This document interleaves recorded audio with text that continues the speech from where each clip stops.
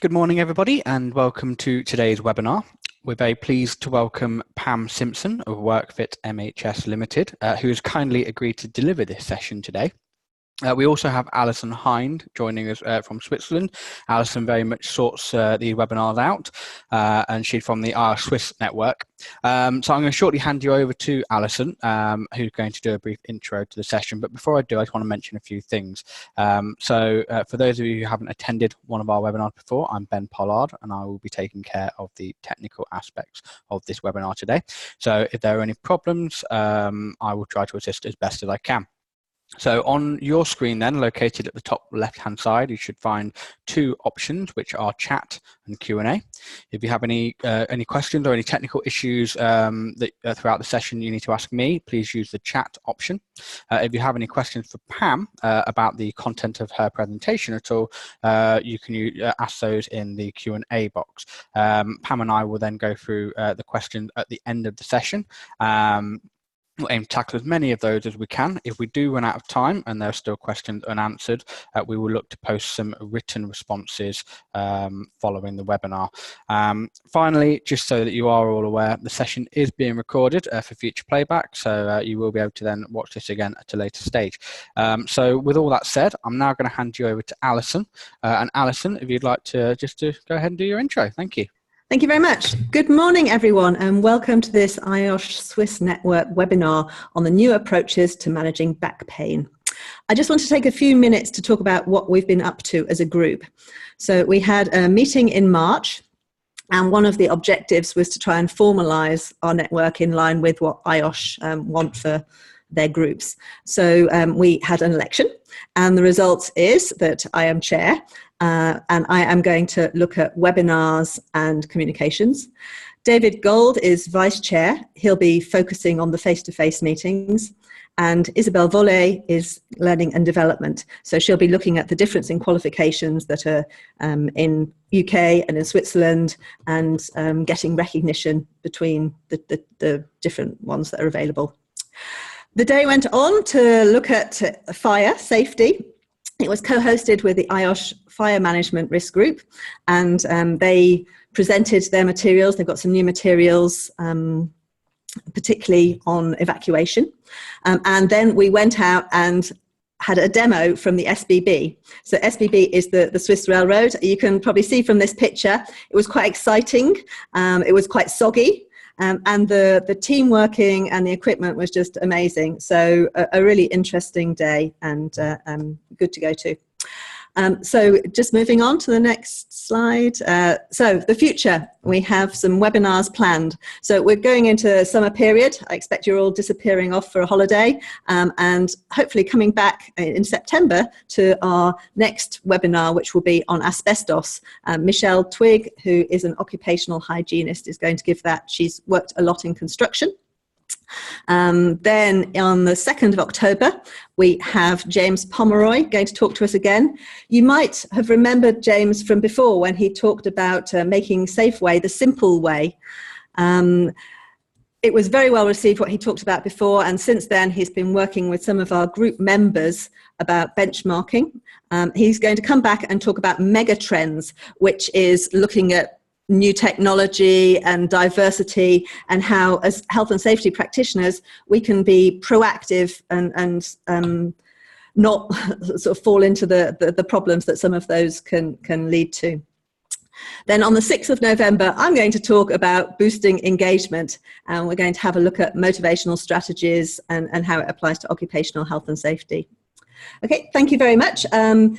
It's now my great pleasure to welcome Pam Simpson to come and talk to us. She is a chartered physiotherapist and works in design and implementation of manual handling strategies at work. So thank you very much, and welcome, Pam. Wow, what an introduction. Good morning, everybody. I'm going to start by asking you a question. How many of you have ever had back pain? Now, I can't see you raising your hand, and I can't see you nodding, but I suspect that a great many of you who are listening have at some point in your life experienced back pain.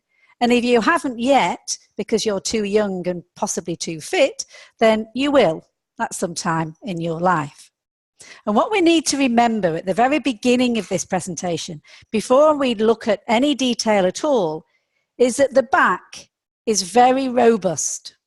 It's designed to move, and it's very difficult and very resilient and very difficult to damage.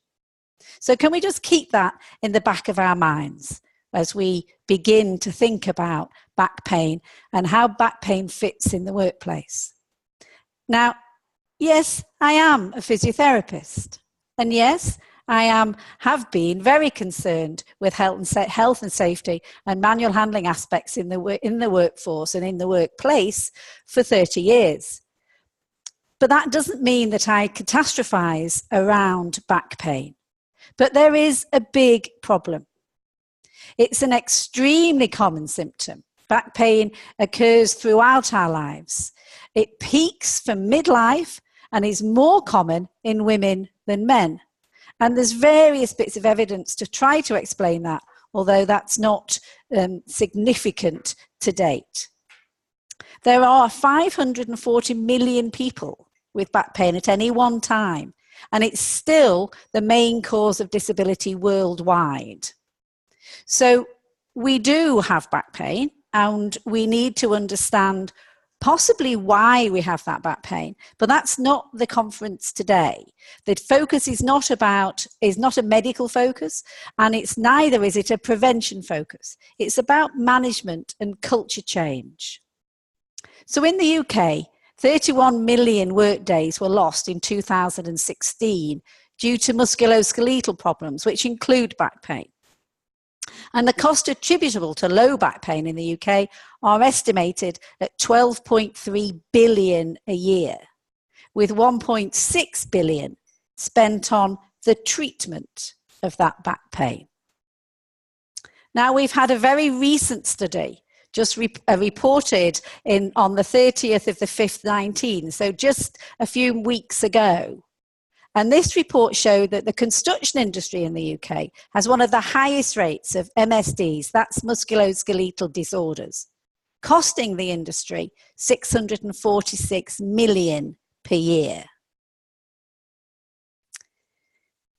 Back pain treatment, and whatever you think of as treatment, it encompasses a vast array of different approaches. It costs more than cancer and diabetes put together. It places a huge burden on people and societies, and yet almost everyone will experience back pain, and most people report significant improvement in the first two weeks, and 85% are fully recovered within 3 months. A very small number develop long-standing disabling problems. Now, that's not to say there aren't other medical conditions that lead to some degree of back pain. And a medical problem would be picked up and diagnosed at a different stage, and I'll come back to that. I'm talking about back pain with no history of trauma, or sometimes history of small accident. Let's ask you, how many of you have ever sprained your ankle? And what happened? It bled, it swelled, it became discoloured, and originally, immediately post the injury, you stuck it up on a stool, put an ice bag on, and thought it was a huge inconvenience. And then you got going as soon as you could. You started to limp on that foot. You put more and more weight through it. You got frustrated that the bruising wasn't going down, and perhaps you couldn't fasten your shoes. And then it got better and better and better, and you forgot about it. Back pain is the same. It's a small swelling. It's a bleed. It's treated in the same way. Treat it with respect. Get on with it. That's quite a challenge for some people. And it's actually a huge challenge for the workforce. Now, this slide is looking at health and social care, but actually it could be the same triple aims of ergonomics across all industries. So we look at for people, our customers who use our service. We look at our staff, our employees, and we look at our organisations. So we're looking on different levels, aren't we? And I'm sure many of you are used to looking on the 3 levels. So we're looking at well-being of our customer. We're looking at well-being of our employees with less absenteeism, labour turnover, more involvement and commitment to change, particularly culture change. And then that will lead to the well-being of an organisation. Now, I know across Europe there are very different approaches to managing ill health at work and to managing prevention strategies for stopping accident and injury, and particularly things that would lead to repetitive issues and manual handling problems. So when we're looking at a balanced approach for our risk assessment, now again, this isn't every slide, but the next 2 slides are also looking at health and social care. But again, it could apply to any industry. So you, as a health and safety advisor, officer, manager, you are balancing things all of the time. Of course, you have a focus on the health and safety of your staff. You might have a health and safety focus for every customer that uses your service. You might, in the case of our patients, have a focus on risk-taking in order to improve people. Risk-taking in healthcare is something that we've become very focused on. Not eliminating risk, not even reducing risk to the lowest level reasonably practicable, but managing the taking of risk in order to improve our patients. And then, of course, in healthcare, people's choice to take risk is taken into consideration. So our person-centered policies have become hugely important across UK and in many other areas of Europe, also in the States and increasingly in Australia and New Zealand. So when we're making decisions about manual handling risk-taking, then the person at the centre of our decision is no longer our staff member. The person at the centre of the decision is the patient. Now that is a huge shift and very uncomfortable for many health and safety advisors. That doesn't mean we want to put our staff at risk, but what it means is that we want to improve our patients. And in order to do that, our risk management skills, our risk assessment skills need to be better. We can't just say we don't do that anymore because it's too hard for our staff or they are likely to be hurt. So this leads us to think about back pain in the workplace in a slightly different way. So any system to support a change requires synergy. And this is in any occupation and in any country. I hope you can see that it is a little faint. There is arrows linking the 3 areas. So of course we have a health and safety policy. We have a manual handling policy within that. We have a risk management policy within the manual handling policy, within the health and safety policy. And some of that will explain, describe any training required for the staff teams in your workplace to be able to follow that policy. The policy should say what training is required, and the training should reflect what the policy says. The bit that is often the mismatch is actually what happens at the coalface, at the workplace, on a day-to-day basis. Is that the same as what happens in training? And is that the same as what the policy says? Too often, what happens actually on a day-to-day basis bears no resemblance to the training. Oh yes, I know we learned that in training, but actually we can't really do that because something else happens, or because our environment won't let it, or because we don't have the staff numbers, or because we actually have always done it this way.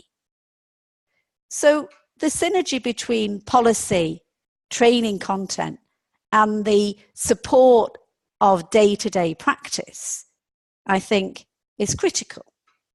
And when you add into that equation managing someone with back pain, then it becomes even more difficult. So let's go back to back pain.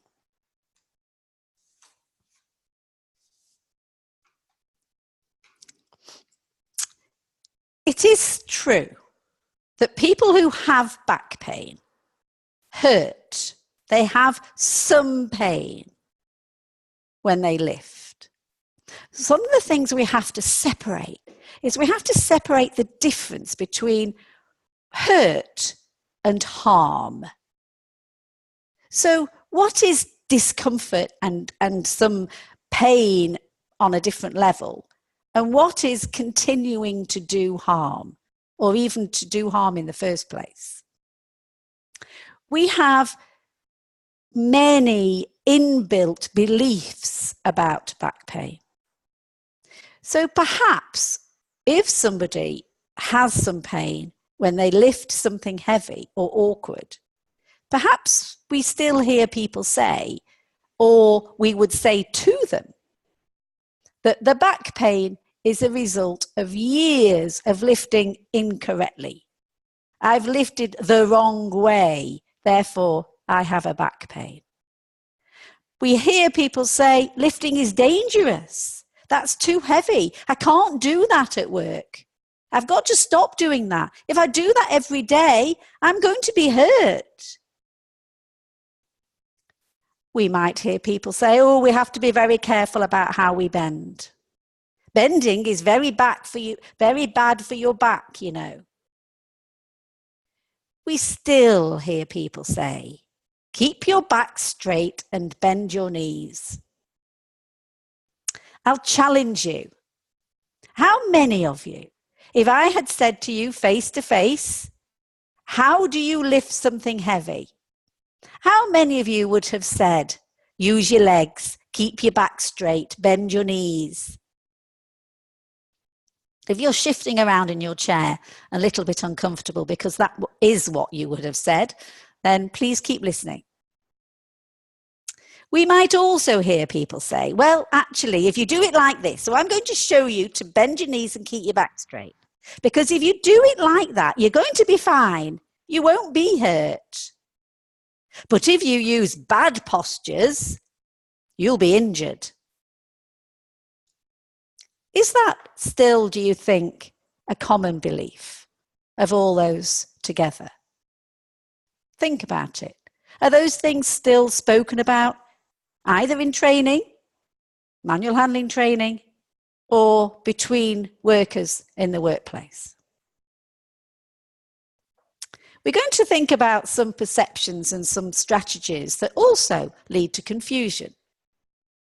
So scans for back pain are increasingly used, yet often do not help. Physical activity can be painful and frightening, and yet stopping it is often a very bad idea. Back pain is not all in your head. It isn't. Pain is genuine. But thoughts and emotions and attitudes to pain are very important. Preventing back pain sounds great. And many of you spend a lot of time thinking about that. But actually, you know, that might be part of the problem. Okay, controversial. Let's take one at a time. Scans for back pain are increasingly used. People want scans. They think that will tell them what is wrong. But actually, they only show something significant in fewer than 5% of cases. Something significant. But they often show something. Now, I'm an old lady. I don't have back pain at the moment. But if I had a scan of my back, I would have bulging and degenerative discs. I would. I'm old. It's normal. Get over it. They're very common and they're not dangerous. But they would show on a scan. How would I feel about that? People now think their back is damaged, leading to fear, distress, lack of movement, sometimes unnecessary treatment. This is a potential downward spiral. I catastrophize. I know I've got a bulging disc. I behave differently. All doctors and healthcare professionals should perhaps work together to be careful of sending someone to scans in order to find evidence of injury or cause of pain, because they rarely will. People with back pain will need more help to understand and then avoid unnecessary scans. We need to educate people about why we might scan in a few places. And of course, that's the prerogative of a consultant or a doctor and sometimes a healthcare professional, sometimes a physiotherapist. But there would be a significant reason for doing it, not just because the patient thought they would get a good diagnosis, so we did it to help the patient. The second one said, physical activity can be painful and frightening, but stopping is often a bad idea. Remember your sprained ankle. So back pain can often start with an activity such as lifting or twisting, either at home or at work. Yes, in the first days, avoiding aggravating activities may help. But keeping active and returning to usual activity is better in the long term. You put that foot down and you get moving and you try to stop limping and you try to get your shoes on and you try to be normal as quickly as possible. Moving, bending, twisting, and activity is safe. It may be sore, but hurt does not always equal harm. There's no evidence that any specific movement in particular is either good or bad for the back. All forms of exercise seem to help, as long as people maintain levels through their healing process. Movement is good. Back pain is not all in your head, but thoughts and emotions are important. Something that the medical profession call the biopsychosocial approach. So the bio is what's happening biologically in the tissues. The psycho is how you feel about it. And the social is what's happening in your life that's going to make that better or worse. So whether back pain originated from an initial injury or trauma or not, lots of factors will affect recovery. So back pain. Oh, and a scan that's told me I've got a bulging disc leads to anxiety, fear, mood changes, poor relationships, stressful life events, and poor sleep. Similar to a headache, you can experience pain not so much due to damaged tissues, but to high stress. Being told scary things about your back and future prognosis for work can lead to increased tension in your back muscles, further aggravating pain. Then we get into that spiral. Pain, rest, weakness. Pain, rest, weakness. So be aware of all these factors because they affect the volume switch for pain. Pain goes up or down. Don't forget, pain is an emotional response. It's a response from the brain. That's not to say pain is in the mind. It's a genuine feeling, but it's generated by the brain and can go higher or lower in volume depending on how you behave about your pain. So preventing back pain sounds great, but it may be part of the problem. So, since for some people back pain can be disabling, lots of money is spent on trying to prevent it. But in all these years of health and safety management, of prevention strategies, of cutting down manual handling and improving mechanization of smaller jobs. Most have failed to prevent back pain. Remember the early slides. Remember how much we still spend. Evidence shows that attempts to reduce the load on back through manual handling training and office ergonomics have not reduced pain, disability, or absenteeism. They just haven't. And we have to face up to that. In fact, these approaches may have made people unnecessarily worried about everyday tasks, bending, lifting, even sitting. If you sit like that too long, you're going to have a bad back for life. It doesn't really ring true against the evidence. And when you have your PDF of this, then please do look up all of the references if you think I'm being a little flippant about back pain. I'm not. I take back pain very seriously. And I want to, yes, prevent it. And I want to, yes, treat it. But we need to change our mindset about back pain in order for us to attempt to do either of those things properly. This is a well-known infographic about back pain, and I do hope that when you get your PDF, you will use this and share it amongst your staff groups in order to get rid of that old mindset at the top.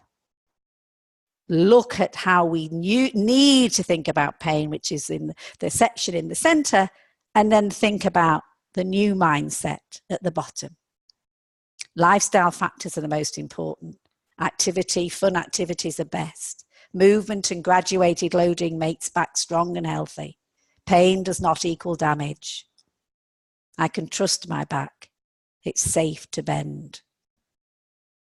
So please use this evidence-based, look at the evidence, check all the references, and use it to change the workplace culture. Now, Lisa is a nurse, and Lisa's story is one of going to the doctor with a back pain, taking advice, getting some quick exercises, getting better. And then sometime later, Lisa arrives back at the doctor. And this is what the doctor says. Lisa was a 58-year-old nurse. She was referred to my clinic. Her main complaint was a recurrence of persistent low back pain. So that is a nurse, but it could be in any profession. Just picture this wherever you work as one of your employees. She already had undergone investigation, and her MRI scan showed a healthy spine, albeit with some disc narrowing and some bulging. I remembered treating this patient maybe 6 or 7 years ago. Lisa worked in a care home and was a stoical type. She had endured many difficult medical and social situations. She had a history of breast cancer. And since I last saw her, she had become pre-diabetic, put on weight, and was smoking, which I was sure she felt guilty about, having previously given up. She'd made a good recovery last time, but this time it was different. I asked her how she was doing, knowing full well she was clearly struggling. Over the past 5 years or so, the periodic back pain that Lisa had suffered had been minimal, not intrusive, and she'd managed it very well. She would take things a little easier sometimes, restart her home exercise program, and take some over-the-counter analgesia, and it went away. But Lisa believed that the heavy manual handling she'd done in her 20s, in her nursing, had caused irreparable damage to her back, now borne out by the MRI. When I asked about when things started to get difficult again, Lisa explained that about 18 months ago, while helping to turn a patient, she had felt a sharp sting in her back and pain like she'd never felt before. Her back went into spasm. She was unable to finish her shift. She went home to recover. When Lisa returned Well, so I asked what she thought might have happened.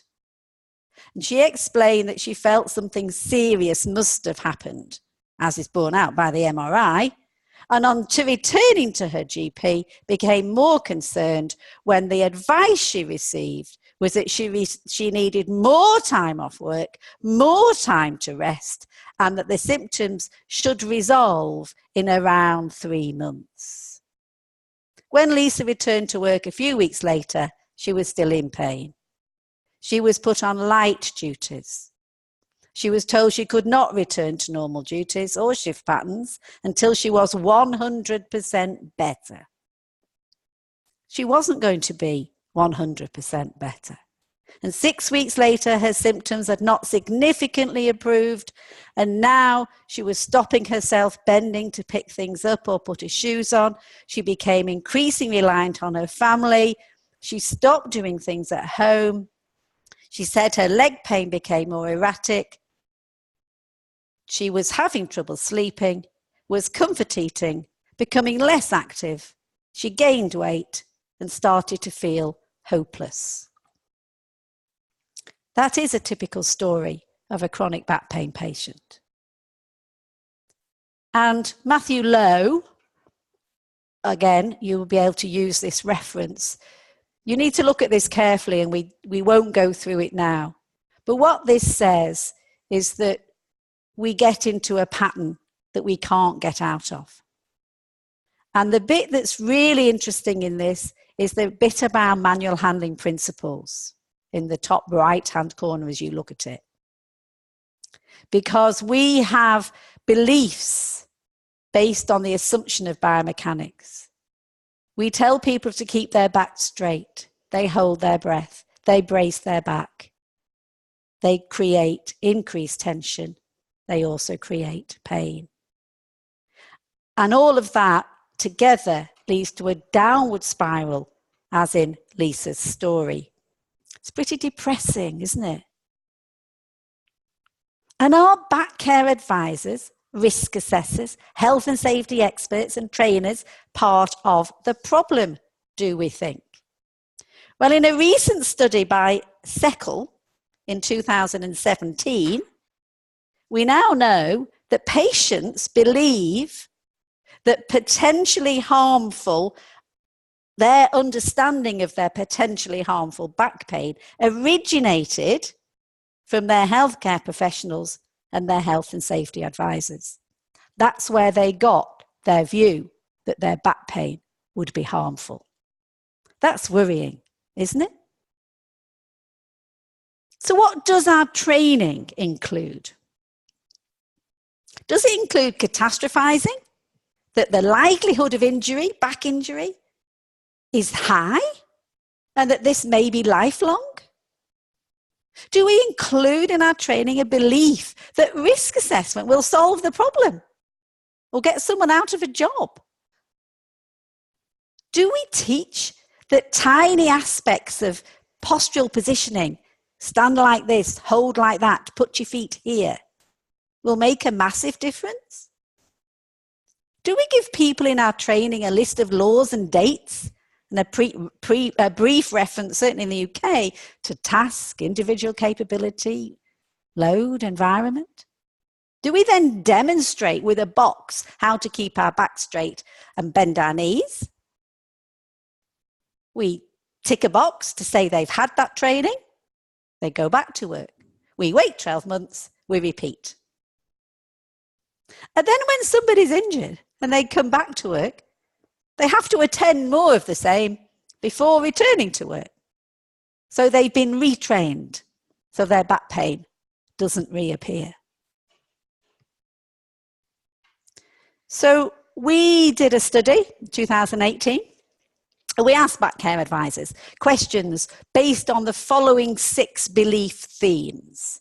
We asked back pain advisors whether the back was vulnerable, whether the back needs to be protected, whether back pain is special, whether activity is not safe, and the prognosis of back pain is poor. We asked them. And we asked them, was a correlation between back pain and injury at work. And sadly, manual handling advisors have beliefs that the back is vulnerable. It needs to be protected and pain is special and different to other parts of the body. All negative beliefs. Physiotherapists, on the other hand, surveyed across these same things, do not share these same beliefs. Physiotherapists were far more positive and had a completely different attitude to back pain based on more, of course, up-to-date evidence. So what should we do? Perhaps we should focus on risk factors like sleep, mood, stress, anxiety, job satisfaction, as well as some posture, ergonomics, and some manual handling principles. Perhaps more controversially, primary back care management is in itself unrealistic. Perhaps back pain is similar to getting tired or becoming sad. A predicament of life, but what is not common is not recovering reasonably quickly. People get better. Perhaps when people develop back pain, they should receive speedy evidence-based advice on what to do, how to self-manage, how to look after their own back pain. So you could get up and move around and do this with me. And if I was on a screen with you and not sitting behind a desk, which I find incredibly difficult, I'd be doing this with you. Neutral versus flexion. So what is the best posture for our spine? Now, if you look at the chap on the left, then he's got a rounded back, stiff hips. He's definitely got his neck in full extension.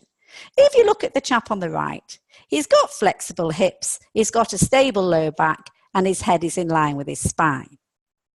So yes, you would say that the guy on the right is going to have a better ability. The problem is when we go low. So we look at this chap.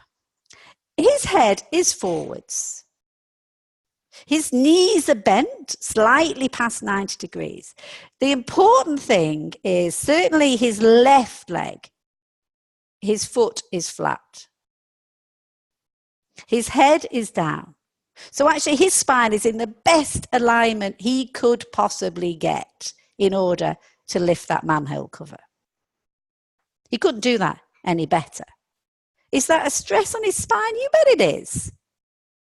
But look at this chap. He's doing it for fun. His feet are flat. His knees are bent okay, a little bit higher. He's already got his weight off the floor. I couldn't find one with the weight down. His spine is in neutral and his head is extended. Are we going to say to him, oh, you mustn't do that, we must do a risk assessment? We applaud weightlifters. And yet, if we go back, that chap's doing a job. I hate lifting these manhole covers. It really hurts my back. I think I should stop doing it. I think I need a risk assessment. I love lifting these weights. This is really good for me. It's making me strong. I might get a gold medal if I do this correctly. What's the difference? The difference is the guy with the manhole cover has an image of his job and the risk assessment and the harm it might do. The weightlifter has a positivity about the amount of strength his back will gain. We tell people that working in prolonged forward flexion and bending is bad for you. How long do these cyclists spend on their bikes? Do we know that spinal lumbar injuries in cyclists are high? Actually, they're not. Why? Because they're fit to do the job. And the rest of their body has a mindset that says, this is making me fit. I can go faster. I can be stronger. And the same with the guy in the rowing. So why is it that we look at postures at work and regard them as dangerous, and we look at postures in sport and regard them as wonderful? So we are designed to bend. We're designed to move. We're designed to flex. We're designed to lift. But we also need to be fit to do any of them. Now, just because these people are bending, now we've got knees together, we've got feet apart, but we're all, every one of these pictures, they're flexing their spine. Are we going to ever stop doing that? No. Are we going to tell them that doing that is causing them damage? Now, if the guy in the gardening was to do that for any length of time, it'd probably be stiff. It'd be stiff when he first stood up, and then he might the following day said, oh, my back's a bit stiff. But if he sat in his chair and stopped doing anything and said, I can't do gardening because it gets my back stiff, or he thought, what could I do to make my back better so that next time I went gardening, it wouldn't be quite so stiff? Well, that's what we need to apply to the workplace. So do we teach people to hinge at the hip and try to minimize spinal flexion to reduce the risk of pain or injury? And is there sufficient evidence? If flexion is not so bad after all, especially when lifting a low load, and it may be a red herring that factors leading to pain and injury will exist regardless of the posture of the spine. So the message for today, and again, you can look up all the references. The message for today is to be open-minded to new research and to remove the keep your back straight and bend your knees from our vocabulary and our training. So what remains sensible? Our basic advice is still to have a wide base of support and to work within our centre of gravity. So a weight we're carrying or moving needs to stay within our safe zones. And perhaps the message should be, think of the weightlifter. Keep your feet flat and stick your bottom out instead of back straight, bend your knees. And of course, we need to be aware of anthropometrical differences. That's our height, our weight, our length of our long bones, our tibias, our femurs, our humerus and our forearm bones, and our differences between workers. And we need to concentrate on a full system and the correct use of the equipment for the right job. But still, all of that remains sensible. I don't want to throw the baby out with the bathwater. Here's another good example of keep your feet flat and stick your bottom out. So we just need slightly to change the way we see things. We need a culture change about an attitudes to back pain. All healthcare professionals and health and safety experts have a considerable influence on the back beliefs of the people we meet. We all have an enduring impact, and we need to use that influence well and be evidence-based. The construction industry report I talked about earlier, which has just been published, concluded that employers need to deliver education to decatastrophize back pain. They need an MSD, musculoskeletal disorders, action plan, developing awareness of bone and joint and muscle problems beyond manual handling, and to engender awareness and to encourage open conversations and support when employees are struggling, keep people at work, to routinely monitor health and well-being. So we need to swim against the tide. We need to concentrate on the fitness and well-being of our workers and not the injury. And yes, prevention, but not in terms of if you do it like that, you'll be hurt. But actually, if you do it my way, using this procedure, you're not going to be hurt. Because the chances are everybody will have back pain and manage it at work at some time in their life. So If this is just come out June. Oh no, it wasn't. That's another typo. It isn't 2109. It's 2019. Just this month. Gillian Lang, Deputy Chief Executive and Director of NICE in England, in the UK. If the United Kingdom's 5.7 million small or medium-sized businesses encourage their workforce to be more active, they are more likely to reap the benefits of having engaged employees who are more productive and are less likely to take time off sick. We know that. Work is good for you. How? What can we do to encourage this culture change? And the little ideas that were in the NICE guidelines are things like better cycle storage, showers and changing facilities. People really do find that difficult. Mental health awareness and talking therapies, not because of acute mental health problems, but of a psychosocial approach to pain and back pain.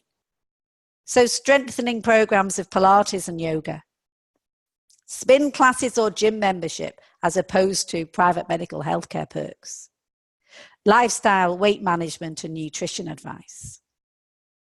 Those are the strategies to prevent back pain. So finally, this is the new way of thinking, another infographic that's actually produced by some of the same people, but it's worth circulating or having posters of to stress the different mindset that we need to have. And one more, they're all the same. They're all evidence-based, all give you the same myth-busting around back pain. So feel free to find them online, produce them into documents or education, part of your training, and to encourage all workers to think positively about the recovery from back pain. Thank you.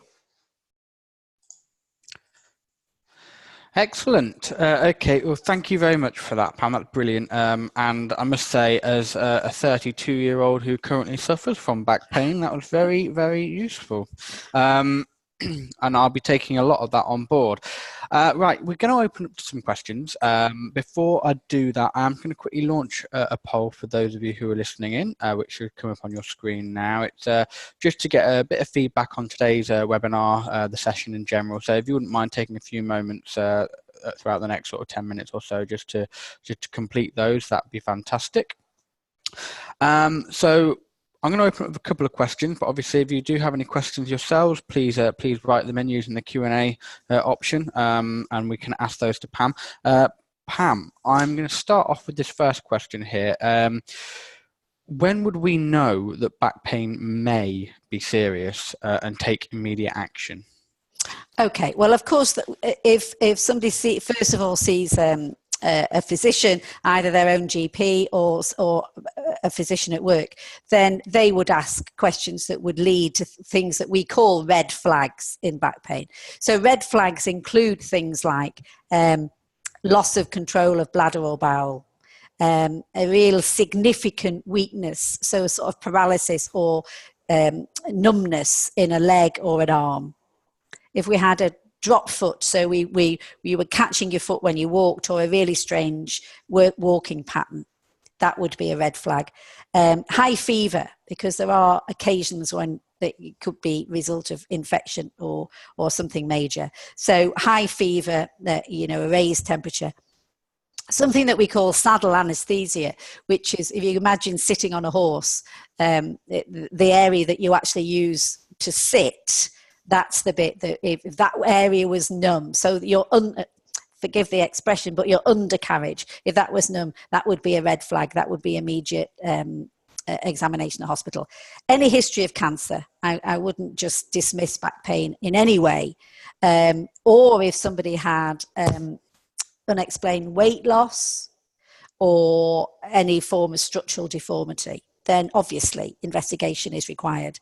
And the only thing I would ask about is long-term medication use, particularly steroids, because that would give a bone composition that could possibly lead to trauma. So yeah, there are red flags, but I would expect them to have been eliminated before we would be managing back pain in the workplace, if that helps.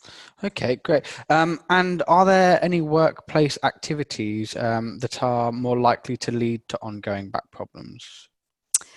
Yeah, anything that's repetition in any particular job. If you are in a forward flex posture, doing a lot of repetition with a weight, but it would have to be outside your body. Think of the cyclists.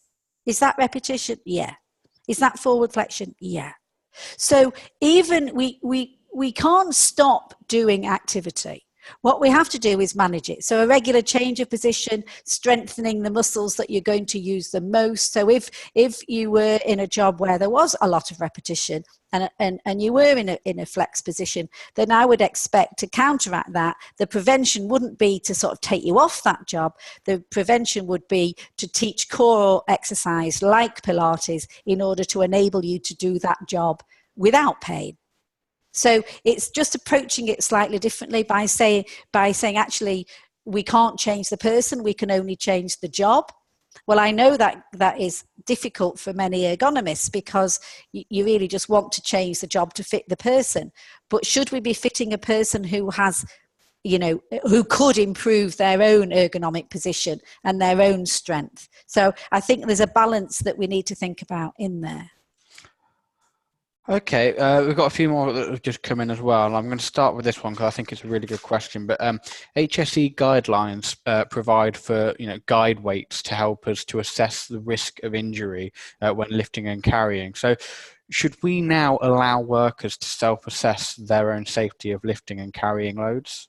Yes, I would say so. I mean, they are only guide weights, aren't they? And it does say that very clearly. And I do believe there is some work going on to re-look at that guidance. And they are only, nowhere does it say if you do actually lift this weight, you will be injured. But I do think there's a place for self-assessment because people's anthropometrics, their strength, their age, their physical fitness does have a bearing on that. And if somebody who is particularly fit feels very comfortable doing so, then they are part of their risk assessment. 1/4 of every manual handling risk assessment is the individual capability of the person carrying out the task. So I would say absolutely they should be involved in self-assessment.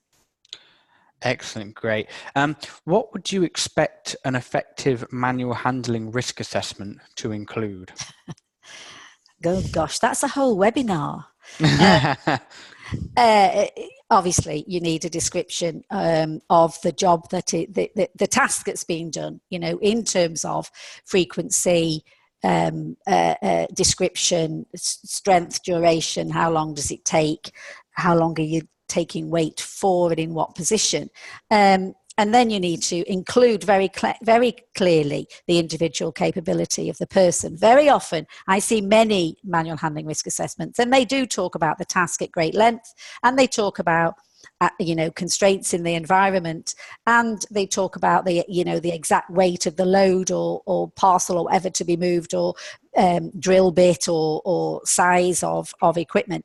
But very rarely does that assessment just take into consideration fitness. They may take into consideration in terms of individual capability of things like previous medical history or pregnancy, but very rarely does it take the self-assessment part. So I think risk assessment does need to be detailed, but only if it's obviously that it's been identified as a hazardous manual handling task, but that in itself isn't defined very easily. And I think what is hazardous to one person may not be hazardous to another. So I think risk assessment is a collaborative approach. But as to how you document it and where you document it and how much you document, I think that's very much a case by case and very specific. And if that doesn't answer your question, then if you want to contact me about your particular area of work, then I'll see if I can help. Okay, great. We've actually got, we've got a sort of more of a comment really, and I suppose I just want to get your opinion on this one. Yeah. But someone said employers can do more than just offering individual-centered actions like Pilates courses or dietary advice. So they could do things like questioning the actual work organisation and environment. What do you think of that? Oh, absolutely. I think employers can do huge amounts in terms of just a whole systems approach to encourage a health and well-being atmosphere and culture without just sort of very specific person targeted where the person chooses to take part or not. I think there's a systems approach where employers can look at the whole ergonomic approach to health and well-being as opposed to a historic view of injury prevention, and injury prevention being a very personal thing. I think there is very much a systems approach. If that's your question or your comment, I completely agree. Brilliant. We've got a question here with relation to civil claims. Civil claims are defended with written risk assessments and training records. How would you recommend defending them? I think you still that is how they're defended. I do a lot of expert witness work in manual handling, causation, and liability, and it has changed. The sort of shift away from a very pure defense in terms of just a written risk assessment and training records. Training records need to be these days much more complete, and training is expected to include some screening of individual capability and also lifestyle advice. And then, all risk assessment and all training has to be demonstrated, as you know, in the supervision element, in being supported in the workplace by ongoing advice and supervision.